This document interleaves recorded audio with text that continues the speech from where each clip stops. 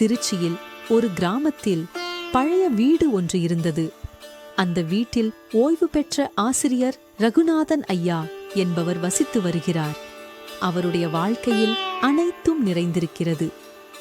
நிம்மதியை தவிர அவர் ஒரே ஒரு புகைப்படத்தை மட்டும் வெகு நேரம் பார்த்து கொண்டே இருந்தார். ஆம், அது அவரது மகன் அரவிந்த். அரவிந்த் ஒரு சிறந்த ஓவியர்.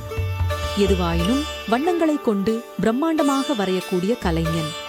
ஆனால் அவனது வாழ்க்கை ஒரு சுருண்ட நூலாகிவிட்டது.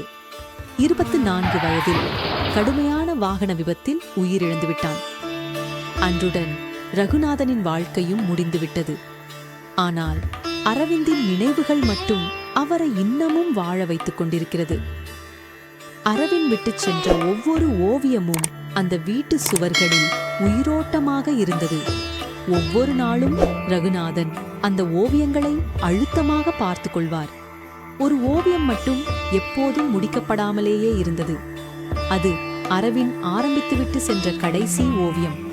ஒரு மழைக்கால இரவு. வெளியில் பலத்த இடியும் மழையும் பெய்தன.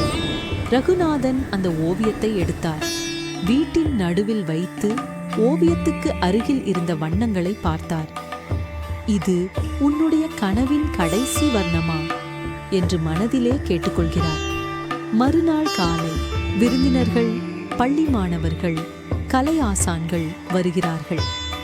ஏனெனில் அந்த வீட்டில் அரவிந்த் நினைவாக ஒரு சிறிய கலை கண்காட்சி ஏற்பாடு செய்யப்பட்டிருந்தன. அவர்கள் வரிசையாக ஓவியங்களை பார்த்து கொண்டிருக்கும் போது கடைசியாக அந்த முடிக்கப்படாத ஓவியத்தையும் கண்டனர். ஆனால் அந்த ஓவியத்தின் கீழே ஏதோ எழுதியிருந்ததை உற்று கவனித்தனர். அது ரகுநாதன் எழுதியிருந்தது. இது அவன் வர்ணம். இதை முடிப்பதற்கு யாருக்கும் உரிமை இல்லை. அந்த வார்த்தைகள் அனைவரையும் கண் கலங்க வைத்தது. தந்தையின் மௌன பாசம், ஒரு மகனின் முடிக்கப்படாத கனவு, அது ஒரு ஓவியத்தை விட மேலானது.